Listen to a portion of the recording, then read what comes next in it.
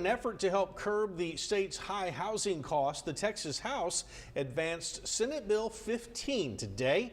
It aims to allow smaller homes to be built on smaller lots. Our Josh Maxwell joins us in studio to help lay the foundation of what this bill could mean for future development and home buying potential if signed into law. So Josh, what are the main takeaways here? Well, Leslie, neighborhood developers and realty experts say this bill could greatly benefit the city of Corpus Christi by offering more affordable housing options for homeowners, especially as our housing demand continues to grow.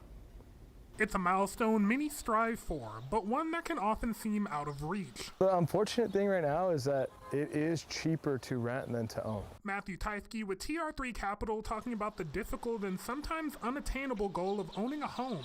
Having a broad knowledge of real estate, Teifke says Senate Bill 15 can open doors when it comes to owning a smaller home. So if it's 2,000 square feet versus if it's 1,000 square feet, in essence, it might be half the cost. The bill is one of Lieutenant Governor Dan Patrick's biggest priorities. It serves as an attempt to curb Texas's high housing costs by lowering the amount of land required to build a single-family home in new subdivisions. A move Brazelton Development Vice President Bart Brazelton says is long overdue for Corpus Christi. There are already cities that allow smaller lots. Our city does not. Brazelton says if approved, it would give him more scope as a developer to build starter homes. Some people don't want an 1,800 square foot home with a 50-foot front yard. We have a very challenging time right now building those in Corpus Christi or in most Texas cities.